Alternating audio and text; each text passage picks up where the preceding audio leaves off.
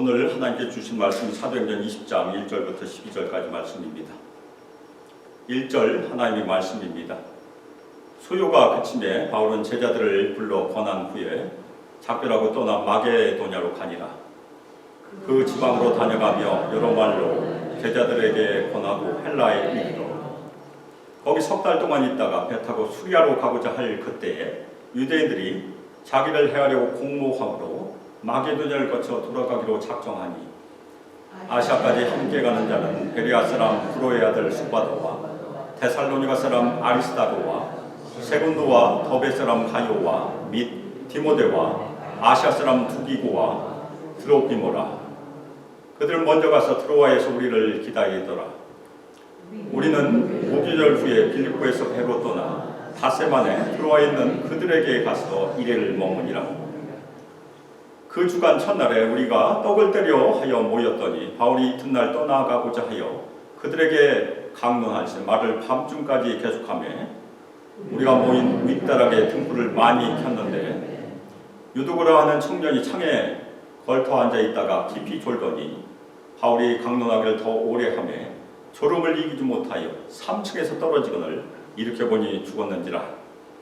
바울이 내려가서 그 위에 엎드려 그 몸을 안고 말하되 떠들지 말라, 생명이 그에게 있다 하고 올라가 떡을 떼어 먹고 오랫동안 곧 날이 새기까지 이야기하고 떠나니라. 사람들이 살아난 청년을 데리고 가서 적지 않게 위로를 받았더라. 아멘.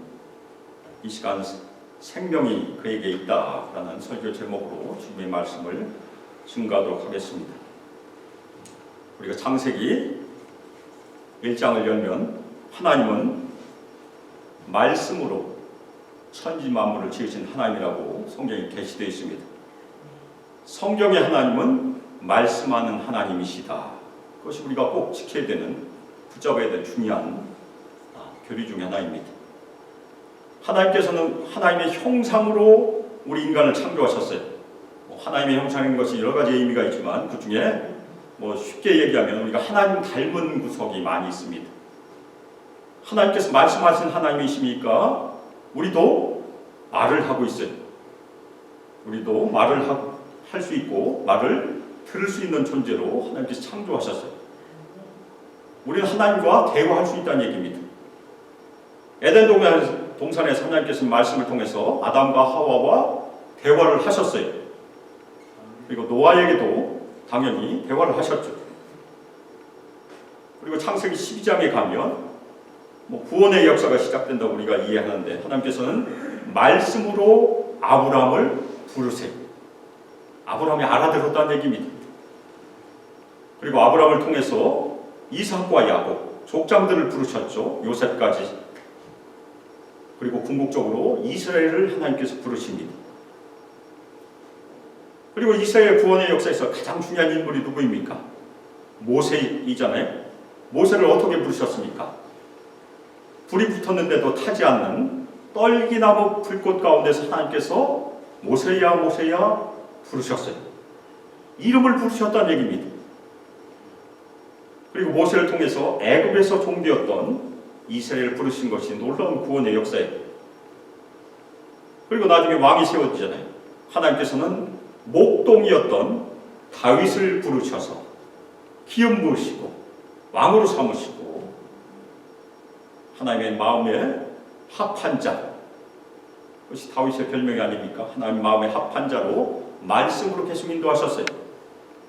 그 기록이 우리가 읽고 있는 시편이 아닙니까? 다윗의 신앙의 고백.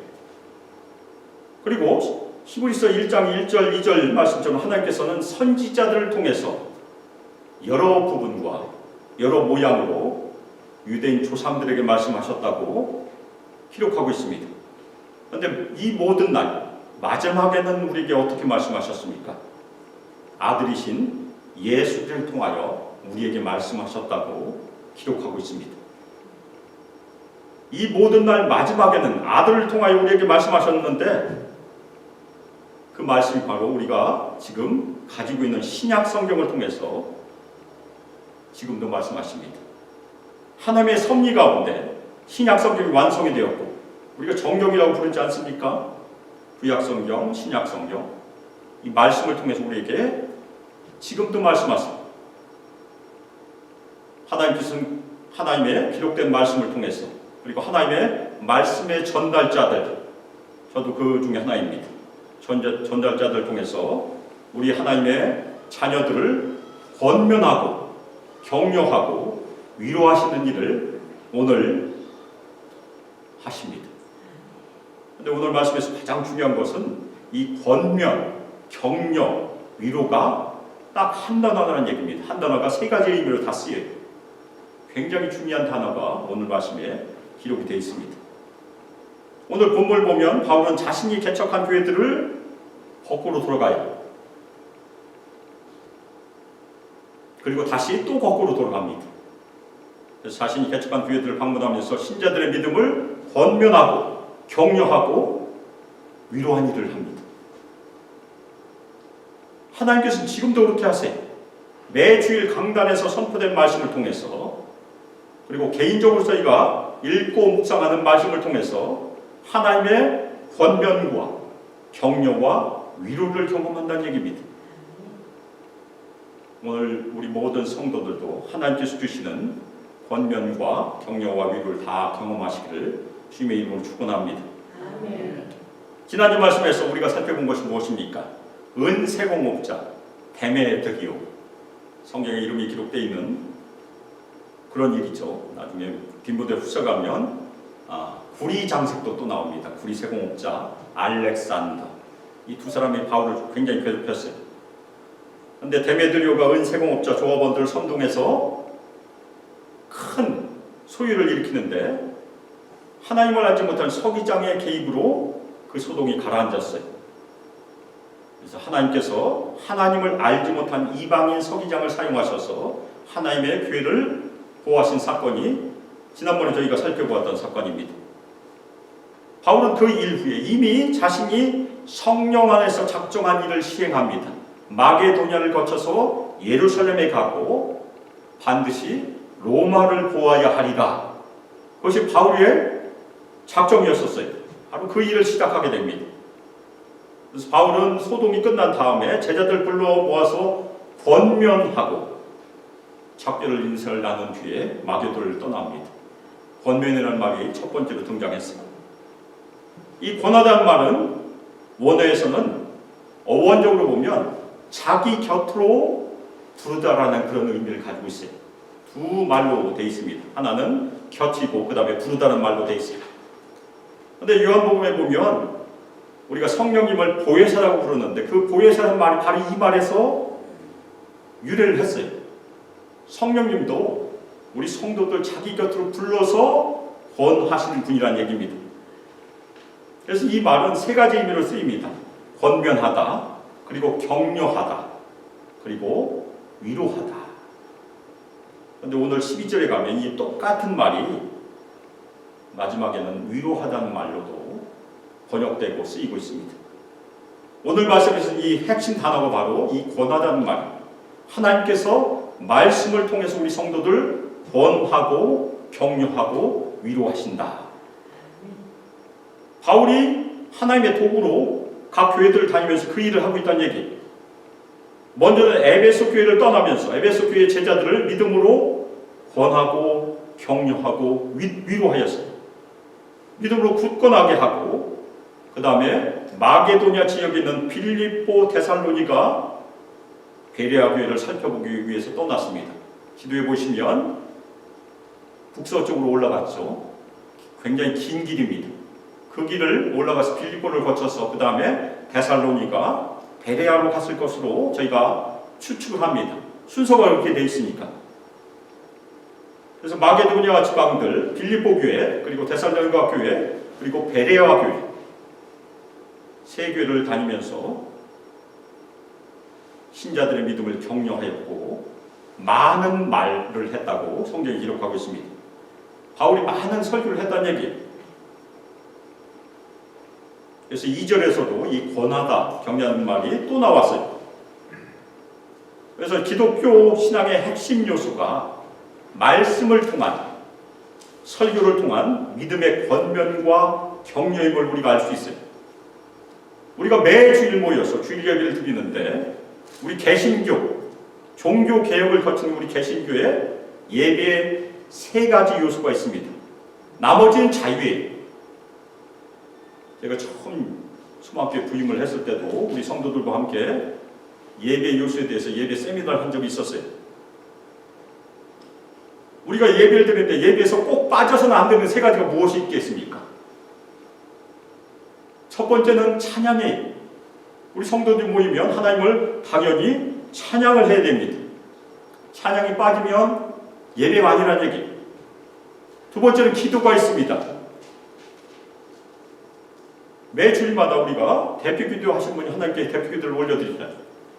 교회 대표로 소망교회 이름으로 기도를 올려드립니다. 그리고 또 하나가 바로 말씀입니다. 항상 설교가 있어요. 셋 중에 하나가 빠지면 예배의 요소가 빠졌다는 얘기입니다. 나머지는 다 자유예요. 사도신경을 해도 되고 안 해도 되고 안 하는 침례교회가 많이 있습니다. 심지어 미국 교회는 축도를 하지 않아요. 그냥 기도로 끝나요. 근데 한인 교회들은 아직도 보수적에서 대부분 축도로 끝나죠. 그리고 광고가 앞에 있기도 하고 뒤에 있기도 하고 어떤 교회들은 주기도문을 암송하기도 한다고 합니다. 그것은 자유예요. 그런데 꼭 있어야 될 세 가지 요소. 하나님을 찬양하고 기도하고 말씀을 선포하는 것. 그것은 모든 예배에 꼭 있어야 된다는 얘기입니다.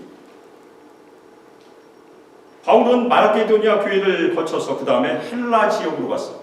헬라 지역은 돌아서 밑으로 다시 내려갑니다. 우리가 이미 살펴봤던 것처럼 아덴이 있었어요. 아테네죠. 그 다음에 아덴에서 서쪽으로 약간만 가면 고린도가 있고 그 다음에 고린도 바로 옆에가 겐그레아입니다. 사도행전은 겐그레아 교회가 기록은 되어 있지 않아요. 겐그레아 이름은 있지만 그런데 로마서 16장 1절에 보면 겐그레아 교회가 기록이 되어 있습니다. 내가 겐그레아 교회의 일꾼으로 있는 우리 자매 베베를 너에게 추천하노니. 이 구절이 굉장히 중요한 구절이에요. 베베는 남자입니까? 여자입니까? 여자죠. 여자. 자매니까. 그러면 일꾼을 집사라고도 번역할 수 있다는 얘기예요. 그래서 남친의 교단에서 우리 같은 미국 교회 중에 한인교회는 그런 교회가 있는지 모르겠습니다. 심지어는 우리 엘카스기에 있는 교회에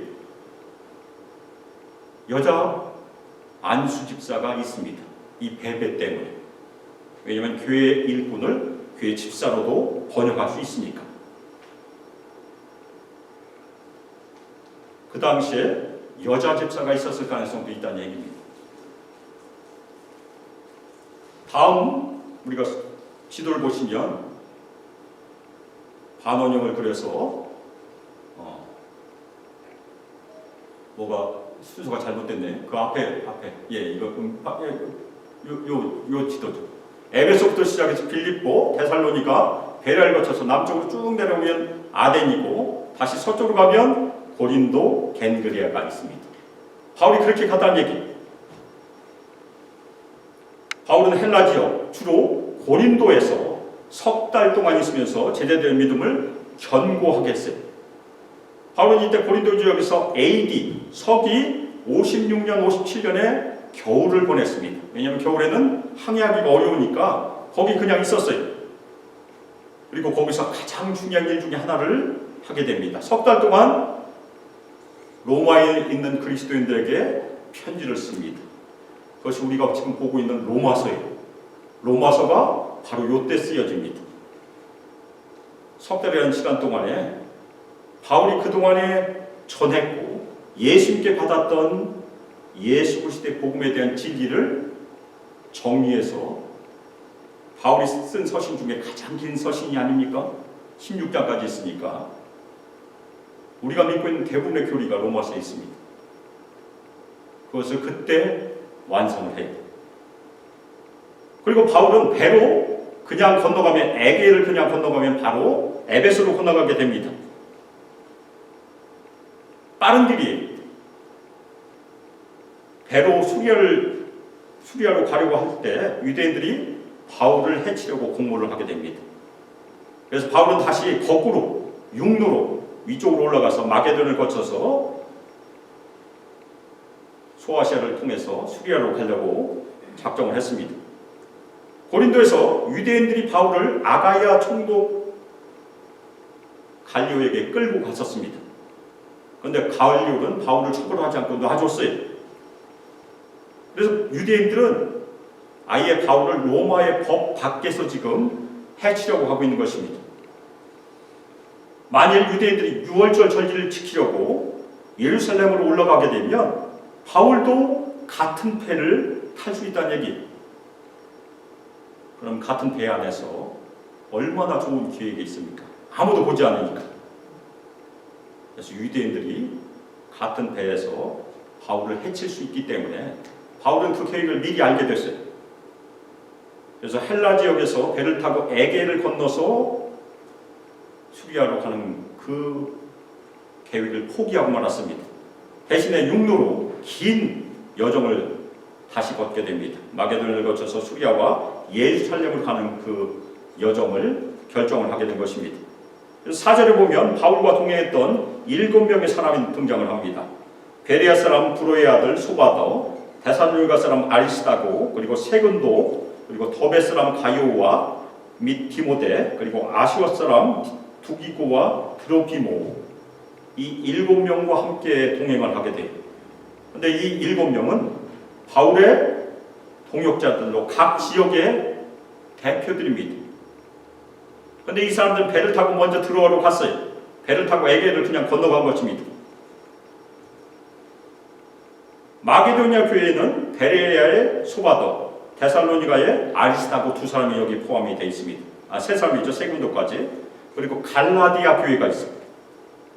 갈라디아 지역에는 더베의 가이오와 디모데는 루스드라 사람이죠. 거기가 갈라디아 교회입니다. 그리고 아시아 교회, 지금 터키죠. 투르키에 거기는 두기고와 드로피모가 대표를 하고 있습니다. 그런데 이 사람들은 각 교회에서 연구를 모아서 예루살렘 교회로 가지고 가는 역할을 했던 것으로 저희가 이해할 수 있습니다. 바울과 동행한 것이 그 당시에 예루살렘 교회가 궁핍했기 때문에 많은 교회들이 연구를 모았어요. 그런데 그 연구를 가지고 가는 사람들이 바로 이 사람들입니다. 그런데 이 교회 이름들에 고린도 교회가 빠져 있고 빌립보 교회가 빠져 있습니다. 그래서 아마도 고린도 교회 대표자와 빌립보 교회 대표자들은 배를 타지 않고 바울과 함께 육로로 간 것이 아닌가 그렇게 추측을 하고 있습니다. 그런데 누가가 여기서 다시 한번 우리라는 말을 사용하고 있어요. 그래서 사도행전의 저자의 누가가 바로 이 시점에서 고린도에서부터 다시 바울과 동행해서 로마까지 가게 됩니다. 바울 일행은 고린도에서 빌립보까지가 굉장히 긴 길이에요. 약 730km 정도 됩니다. 그것을 육로로 이동했고 시간으로 따지면 약 5주 정도가 걸렸을 것이라고 추측하고 있습니다. 배를 타고 가면 금방 가는데 굉장히 오랜 시간을 거쳐서 돌아갔습니다. 그리고 바울은 무교절 기간, 바로 6월절 기간에 빌립보에 머물렀어요.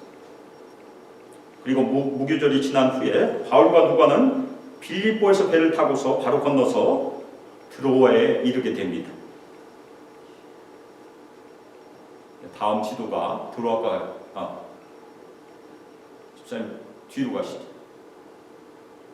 고린도에서 베레아, 데살로니가 빌립보에서 배를 타고 드로아까지 가는 그런 여정이 있습니다. 그래서 바울이 왜 에베소에 가지 않았을까? 에베소에 가면 더 지체되니까 에베소를 가지 않고 밀레도에 머물러서 밀레도에서 에베소 교회의 장로들 만나는 것이 다음번에 저희가 살펴볼 이야기입니다. 왜냐하면 바울의 목적지는 에베소가 아닌 것이, 바울의 목적지는 수리아를 거쳐서 예루살렘을 가는 것이었기 때문에 바울은 드로아 항구, 그 다음에 밀레도 항구를 거쳐서 그 다음에 배를 타고 수리아로 가게 됩니다. 바울이 드로아에 도착한 그때 그 주간 첫날에 들어와 있는 성도들과 함께 떡을 떼었다고 누가가 기록하고 있습니다. 떡을 뗐다는 것은 우리가 쉽게 얘기하면 밥을 같이 먹었다라고 생각할 수 있는데, 유대인들은 떡을 뗀다는 것은 함께 주의 만찬을 나누었다고 저희가 이해할 수 있는 그런 장면입니다. 그 주간 첫날은 안식 후 첫날인데, 유대인의 달력으로 보면 토요일날 밤부터 새날이 시작되니까 토요일 밤일 수도 있어요. 근데 누가는 이방인이니까 아마도 로마의 방식대로 기술을 했을 것으로 저희가 이해를 합니다. 그래서 일요일날 밤에 모였을 가능성이 있습니다. 주일 밤이. 근데 왜 이 사람들은 밤에 모였을까요? 그 당시에는 부자를 제외하고는 다 낮에 일을 했기 때문입니다. 대부분의 사람들이 낮에 일을 하고 밤에 모여서 예배를 드렸던 것이 지금과는 전혀 달라요. 우리는 주일날 쉬기 때문에 주일날 낮에 모여서 예배를 드리지만 그 당시에는 주일날 쉬지 않았어요. 부자만 쉬었습니다. 그래서 저희가 고린도전서 11장에 보면 주의 만찬에 대해서 나오는데, 부자들이 한 일이 무엇입니까? 먼저 와서 다 먹어버렸어요. 포도주 다 마셔서 사람들이 와보니까 다 취해 있는 것이 그 당시에 장면이었습니다.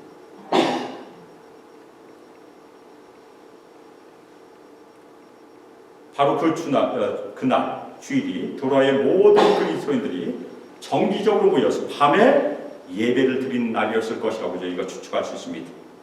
그래서 바울 일행은 함께 모여서 먼저 주의 만찬을 기념했을 것이에요.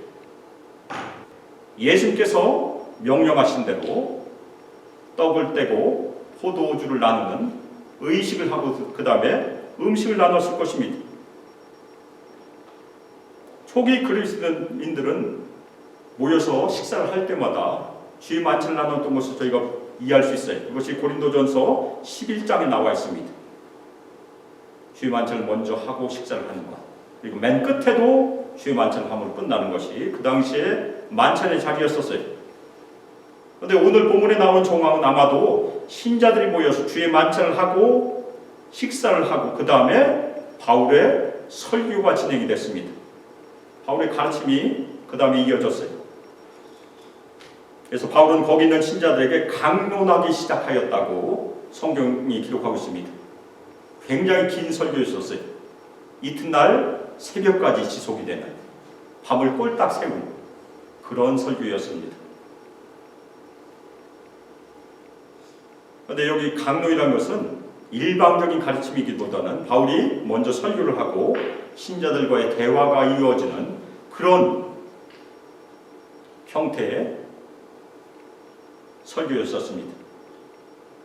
아마도 바울은 이미 고린도에서 로마서를 다 완성했기 때문에 자신이 완성한 로마서의 내용을 가지고 자신이 그동안 믿고 전파한 복음의 내용을, 그 긴 편지를 들어와 있는 성도들에게도 설교했던 것으로 저희가 이해할 수 있습니다.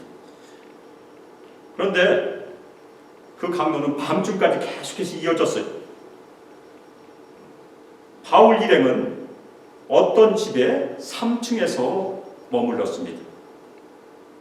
그런데 오늘 말씀을 보면 다락방에는 틈불이 많이 있었다고 기록하고 있는데, 아마도 신자들이 교회에 올 때 밤이 깜깜하니까 신자들이 다 등불을 가져왔을 가능성이 있어요.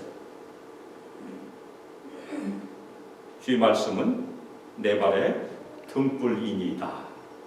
너무나 잘 연결되지 않습니까? 자신들의 밤길을 비추면서 등불을 켜고 왔고, 그 다음에 그 등불을 창가에다가 다 올려놓은 것입니다. 이 모인 집은 3층으로 된 구조인데, 일반 집은 기껏해야 2층까지밖에 짓지 않습니다. 그래서 많은 해석자들이 이 건물은 트로아 도심에 있는 상업적인 건물이라고 이해를 합니다. 1층은 상가이고 2, 3층이 주택이고 그렇게 되어 있는 건물이 아닐까 그렇게 이해를 하고 있습니다. 근데 여기에 한 청년이 등장해요. 그 청년의 이름이 무엇입니까?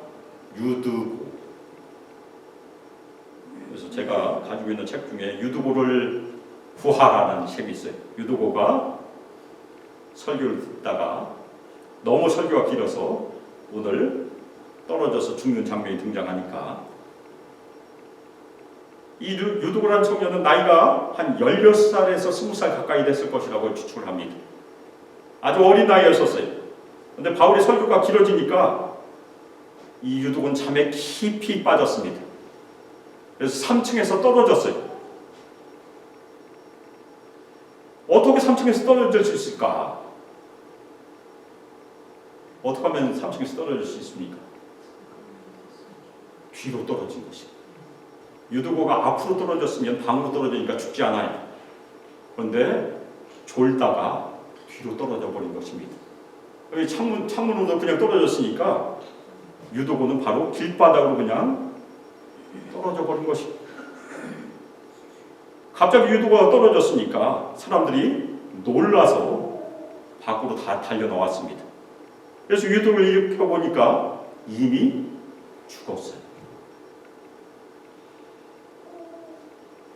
바울도 강론을 멈추고 3층에서 내려와서 길로 내려갔습니다. 그리고 오늘 말씀을 보면 바울은 자신을 유두고의 생명이 없는 시신 위에 던졌다고 얘기합니다. 자신을 던져서 유두고를 아는 것이에요. 그냥 아는 것이 아니고 아예 자신의 몸을 던졌어요. 그리고 다른 신자들에게 이렇게 얘기합니다. 걱정하지 마십시오. 그의 생명은 그 안에 있습니다. 바울이 이 말은 무엇입니까? 사람들은 생명이 끊어졌다고 생각하지만 바울이 만져보니까 아직 생명이 있다고 얘기한 것입니까? 그렇지 않아요. 오히려 유두고는 죽었지만 바울이 다시 살렸다고 이해하는 것이 더 자연스럽습니다. 성경에 기록되어 있는 또 하나의 생명을 살리는 기적입니다. 바울도 부활하신 주 예수 그리스도의 이름의 능력으로 이 죽었던 유두고를 다시 살린 것입니다. 베드로가 사역할 때 죽은 사람을 살린 적이 있습니까? 당연히 있어요. 사도행전 9장 40절에 보면 베드로는 다비다를 살렸습니다. 사도행전 9장 40절 베드로가 사람을 다 내보내고 무릎을 꿇고 기도하고 돌이켜 시체를 향하여 이르되 다비다야 일어나라 하니 그가 눈을 떠 베드로를 보고 일어나 앉는지라. 베드로가 다비다를 살렸던 것처럼 바울도 유두고를 살린 것입니다. 주 예수 그리스도의 이름으로 아마 기도를 했을 것입니다. 그런데 베드로가 다비다야 일어나라 그렇게 말했는데 베드로의 언어는 한국말이 아니고 아람어예요. 그러면 아람어로 퀴즈입니다. 베드로가 다비다에게 뭐라고 얘기했을 것 같습니까? 다비다 쿰. 오, 이 소경재 집사님이 맞추셨어요. 다비다 쿰이에요. 그런데 이것은 예수님께서 야이로의 딸을 일으키신 것과 너무나 흡사해요. 야이로의 딸을 예수님께서 일으키셨을 때 뭐라고 말씀하셨습니까? 달리다 쿰. 어린 소녀야 일어나라. 베드로가 예수님처럼 똑같이 한 것이에요. 다비다 쿰. 근데 바울이 유두고 쿰 했는지는 저희가 잘 몰라요. 했을 수도 있고 안 했을 수도 있고. 그렇지만 주 예수 그리스도의 이름으로 기도한 것은 분명할 것입니다. 우리의 생명은 지금 살아있습니다. 우리 심장이 뛰고 있지 않습니까? 얼굴을 만져보면 체온이 아직도 있잖아요. 우리의 살아있는 생명은 하나님의 선물이에요. 그러면 베드로와 바울은 무엇입니까? 바로 하나님의 도구들입니다. 생명을 다시 가져온 하나님의 도구들. 바울도 하나님의 도구로 사용됐다는 얘기입니다. 바울은 다시 3층으로 올라갔어요. 그리고 다시 떡을 떼었습니다. 너무나 시간이 오래돼서 다시 한번 떡을 떼고 식사를 다시 했다는 얘기입니다. 우리말로 얘기하면 무엇입니까? 바울 일행은 밤참을 먹었어요. 새벽까지 또 설교를 해야 되니까. 그래서 오랫동안 설교를 하고 나리박자 바울은 길을 떠났습니다. 다른 신자들은 그 살아난 청년 유도구를 데리고 삼층으로 다시 올라갔어요. 그리고 크게 위로를 받았습니다. 이 위로받다는 말도 처음에 말씀드렸던 권면하다는 말과 똑같아요. 그래서 오늘 말씀에는 같은 말이지만 권면하다, 격려하다, 위로하다라고 다 쓰이는 그런 말이에요. 제가 오늘 말씀 서두에서 권면하다 이 말이 가장 핵심되는 단어라고 말씀드렸습니다. 이 말은 원래 어원적으로 내 곁으로 부르다, 자기 곁으로 부르라는 말이에요. 그래서 성령님을 지칭하는 보혜사라는 말이 여기서 유래를 했습니다. 하나님께서는 바울이 들어와 성도들에게 말씀을 전했던 것처럼 지금도 우리 곁에서 우리를 하나님 곁으로 부르고 우리에게 지금 말씀하고 계세요. 아멘입니까? 그 역할을 하신 분이 누구입니까? 바로 성령님이시라는 얘기입니다. 성령님, 보혜사, 원어로 말씀드리면 파라클레이토스예요. 파라클레이토스. 파라가 옆이고 클레이토스가 칼레오라는 부르다는 말에서 유래한 말이에요. 성령께서는 우리 옆에 계셔서 우리의 이름을 불러주시고 우리에게 말씀해 주신 분이시다. 그것이 성령님의 역할이에요. 또 하나 성령께서 무엇을 하십니까? 말씀을 통해서 죽어있는 영혼을 살리시는 역할도 하십니다. 유두고의 생명, 육신의 생명이 일어났어요. 그런데 또 하나의 기적은 무엇입니까? 성령께서 말씀을 통해서 죽어있는 영혼을 살리신 것이 진짜 기적입니다. 유도고는 육신은 살아났지만 다시 한번 죽어요.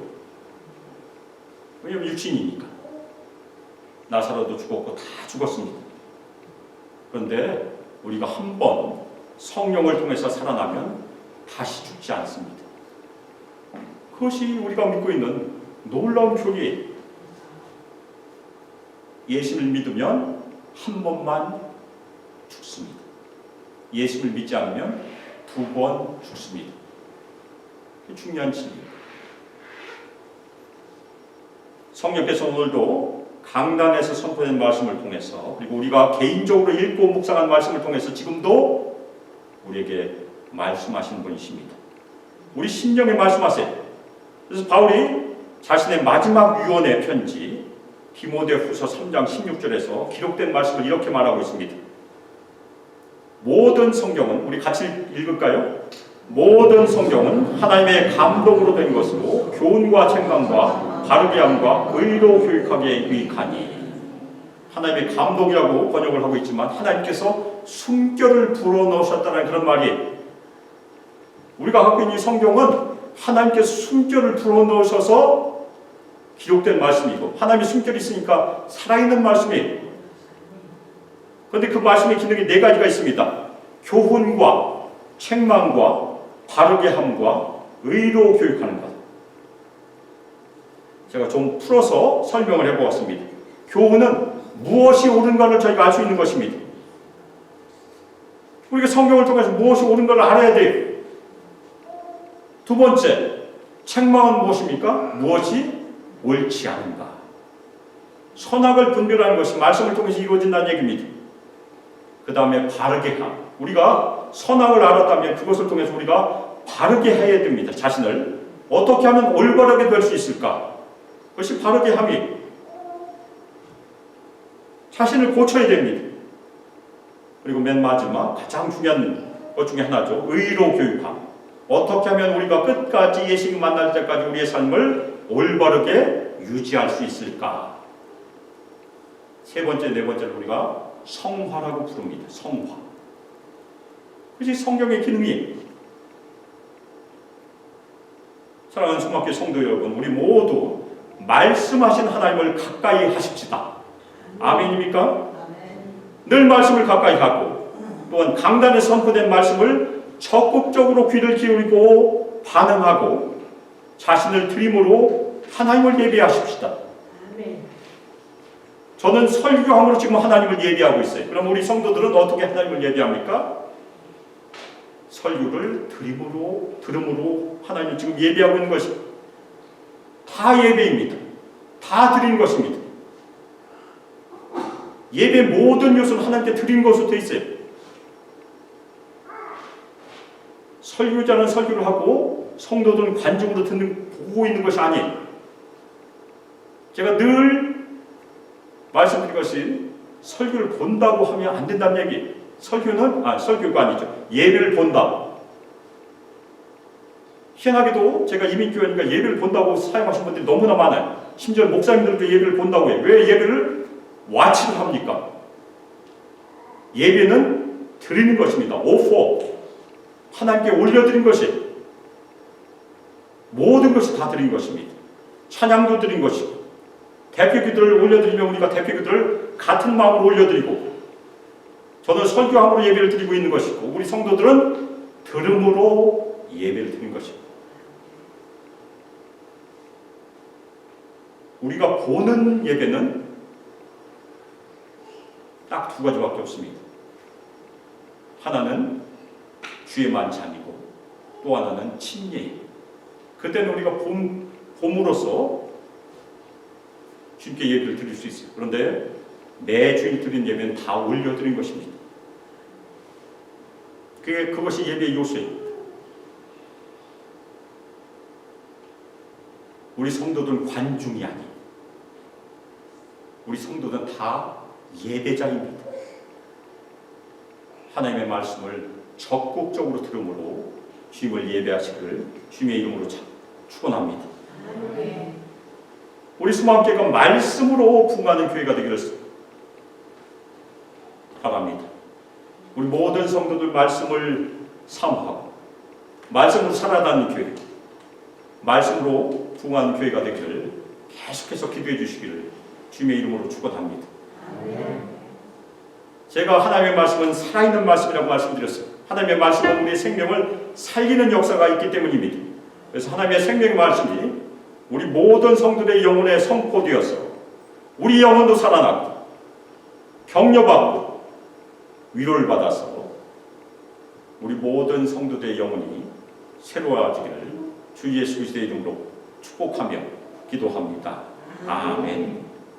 이제는 주 예수 그리스도의 은혜와 하나님의 사랑, 성령 하나님의 교통 교제하심과 우리 모든 성도들에게 권능을 부어주시고 충만히 마시고 우리 모든 성도들 인도하시며 이 땅에서 늘 예수 그리스도를 신실하게 믿고 주님께 엎드려 순종합니다. 오늘도 말씀하시는 하나님을 늘 가까이 하며 하나님의 말씀을 듣죠. 그 말씀 따라 우리의 삶을 예배로 하나님께 드리고 우리 수마음교회가 말씀으로 부흥하기를 소망하며 결단하는 우리 수마음교회 모든 성도들과 청년들과 유수아이들의 영원토록 함께하기를 주 예수 그리스도의 이름으로 축복하며 기도합니다. 아멘.